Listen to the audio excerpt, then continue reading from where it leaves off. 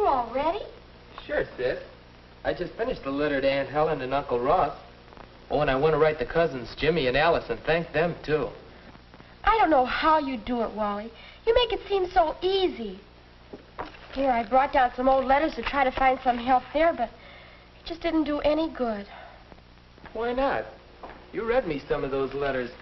I think they were pretty sharp. But there's a difference between reading letters and writing them. Walter, how do you write such good social letters? Well, Nora, it's a talent. Some people have it and some don't. That's not true, Walter Barlow. And you're going to sit down right now and tell me the secret. Well, all right. Let's look at this stack.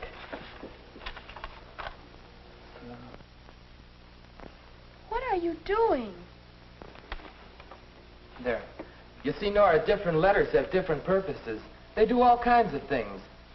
There are letters of invitations, and some of them are formal ones. Now, let's see. You don't seem to have one here, but I got one in the mail just today.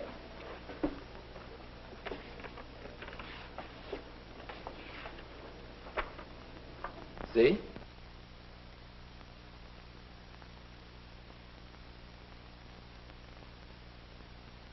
You'll notice it's written in the third person. And down here they note formal. Well, I'll write a formal answer that starts out like this. Mr. Walter Barlow accepts with pleasure. And so on, you know. And of course I'll dress formally for the occasion when I go. You know, it's only when the party's formal that the invitation is written in the third person. Now take an informal invitation like this one.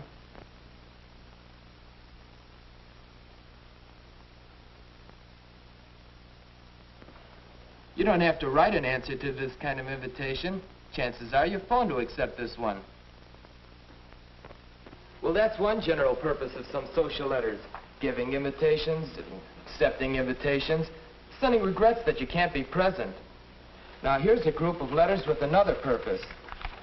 These are letters of thanks. Now, tell me, Nora, which of these did you really enjoy the most? Here, this one from Alice made me feel good. I could tell just by reading it that she really liked the present I sent her. Here, listen to this. Thanks a million for sending me the delightful book for my birthday. How did you know I've been trying to borrow that very book for weeks? This is a thank you letter for a gift. The one I want to write is a thank you letter for a visit. Right, but these are both thank you letters. Now, these letters have still another purpose. They're friendly letters. Letters that give news or keep up a friendship. Now, let's see. I was shopping yesterday, and I picked out the smartest blouse. But then, gee, you know, as you read that, you could just hear Margaret's voice, just as if she were telling you. Let's see. Oh, I was shopping yesterday. And I picked out the smartest blouse. But then something terrible happened.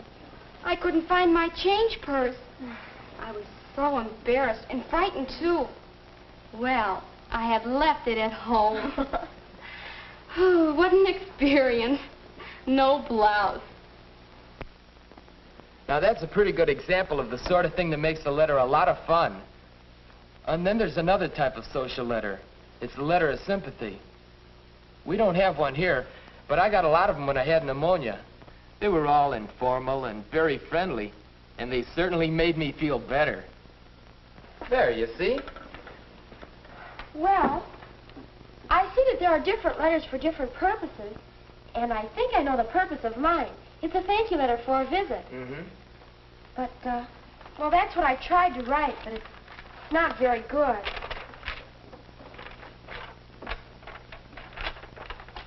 On notebook paper.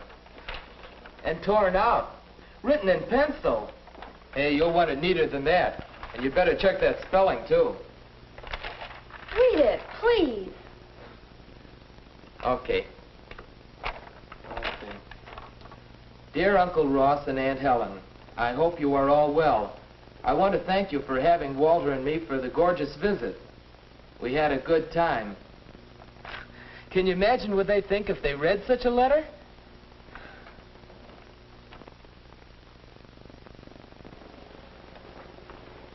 Ross, I do hope Nora really enjoyed her visit here. Well, I hope so. Pretty hard to tell from her letter. I told you it was an awful letter. Well, what do you want Aunt Helen and Uncle Ross to think? I mean, how do you want them to feel after they read your letter? Well, I want them to feel pleased. After all, that's the whole purpose in writing the letter, to make them glad that they invited me. Why don't you try again now? All right. May I borrow some of your white paper? Mm-hmm. And I'm going to use pen and ink.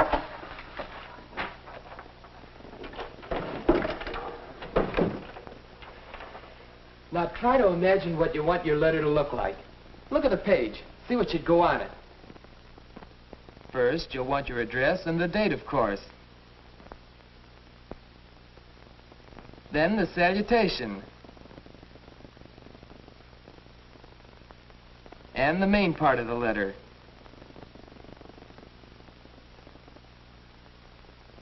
And finally, the complimentary close and your signature.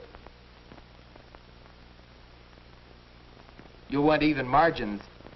And you'll want the page well aligned. Now, you got the idea? Yes, I think so. First, my address and the date.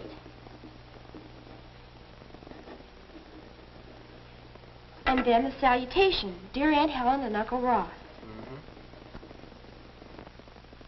How's that going to be? Seems like a good start. Now, what are you going to say? Well, I want to say thank you. And I want to say it in a way that will please Aunt Helen and Uncle Ross. What would you say if you were there, in person? Now, let's see. I guess I'd say, it was simply grand of you, Aunt Helen, to have me for a visit. I always have the most marvelous time at your house. Well, that doesn't sound much like a letter. Maybe it's not supposed to. Maybe it should sound like you. Well, shall I write that much? Why not? I'll use scratch paper until I'm sure just what I'm going to say. Hey, how about mentioning something that happened to us while we were there? The time they let us ride the horses. Wasn't it fun? But, well, how will I say it?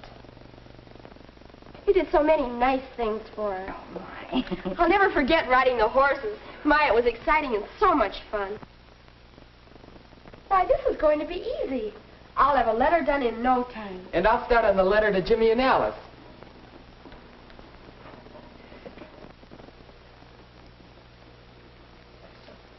There.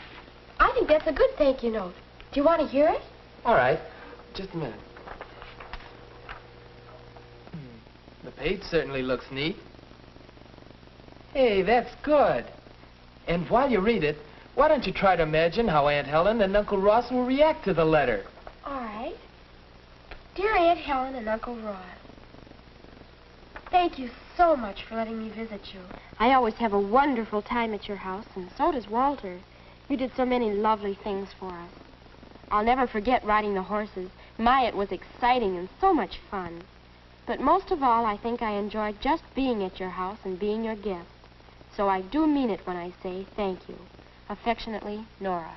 You know, Nora, that's not bad at all. With a little practice, you'll be a whiz at writing letters. Thanks, Walter. You know, writing letters is just a talent. Some people are born with it, some aren't. I'm glad you appreciated my help. Seriously, though, you're writing a letter to Jimmy and Alice. Can't it be from both of us? Gee, Well, there are lots of things I'd like to say to them. I'd like to tell them about our visit, and I'd like to give them some news, too. Well, all right. We might as well write it together. Here, you can write some now. Oh, good. You know, I think writing letters is going to be a lot of fun.